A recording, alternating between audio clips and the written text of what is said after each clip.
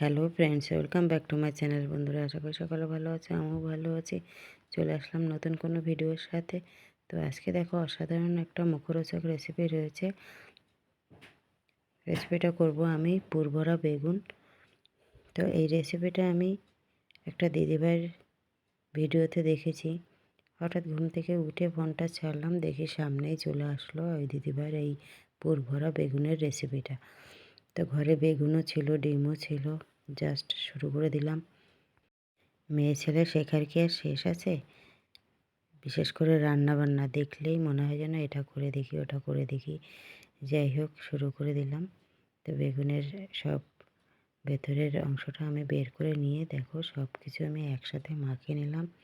এখানে দিয়েছি জিরের গুঁড়ো, লঙ্কার গুঁড়ো, হলুদ গুঁড়ো, নুন, আর দিয়েছি কিছুটা গোলমরিচের গুঁড়ো, ধনেপাতা, পেঁয়াজ কুচি, কাঁচা লঙ্কা এসব দিয়ে আমি সাথে দিয়ে দিলাম একটা ডিম। ব্যাস, ভেঙে আমি সব কিছু মাখিয়ে এটাতে নুন হলুদ মাখিয়ে বেশ 10 মিনিট রেখে দিলাম।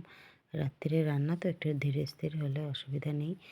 যাই হোক, এবার আমি রেসিপিটা শুরু করে দিলাম। কড়াইতে দিয়ে দিলাম বেশ কিছুটা রিফাইন তেল আর অল্প কিছুটা সরিষার তেল দিলাম। বেগুনটা দিয়ে দিলাম। বেগুনটা দিয়ে এর মধ্যে আমি যেটা পেঁয়াজ আর বেগুনের ভেতরের অংশটা সব কিছু আমি মাখিয়ে রেখেছি, চামচে করে করে ভেতরটা দিয়ে দেবো। বেশ একটু ঢাকা দিয়ে দিয়ে গ্যাসটা মিডিয়াম আঁচে রেখে দিয়ে একটু ভাপিয়ে ভাপিয়ে সেদ্ধ করে বেশ ভাজা ভাজা করে নিলাম। অসাধারণ একটা রেসিপি হয়েছে। আমি চাইবো বন্ধুরা তোমরাও একবার অবশ্যই এই রেসিপিটা করে খেয়ে দেখো। ডিনারে গরম গরম ভাতে এসব রেসিপি হলে ডালের সাথে আর কিছুই লাগে না। শুধু ডাল কেন, এমনিও মেখে খেলে খুব ভালো লেগেছে।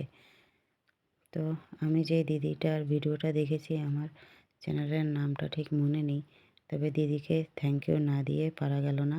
তো ওই দিদিটাকেও একটু থ্যাংক ইউ দিয়ে দিলাম এত সুন্দর একটু রেসিপি দেখানোর জন্য। তো তোমরা যারা আমার চ্যানেলটি সাবস্ক্রাইব করেছো অসংখ্য ধন্যবাদ। আর তোমরা যারা আমার চ্যানেলে নতুন, সাবস্ক্রাইব করে পাশে বেল আইকনটা প্রেস করে রেখো এরকম নিত্য নতুন ভিডিও পেতে। এই অবস্থায় আমি গ্যাসটা রেখেছি একদম লো আছে। তো একটু ঢাকা দিয়ে দিয়ে রেসিপিটা রান্না করে নিলাম। তো দেখো ভাপাটা আমার প্রায় হয়েই গেছে। এভাবে বেশ 2-3 বার ঢাকা দিয়ে দিয়ে আমি করে নিয়েছি। তোমরা যারা করেছো তারা তো এর স্বাদ বুঝবে, আর যারা না করেছো আমি চাইবো অবশ্যই একবার ট্রাই করো। অসাধারণ একটা রেসিপি তৈরি হয়ে গেল। এবার আমি নামিয়ে নিলাম। ফিরে আসছি পরের কোনো ভিডিওর সাথে। সকলে ভালো থেকো, সুস্থ থেকো। টাটা বন্ধুরা।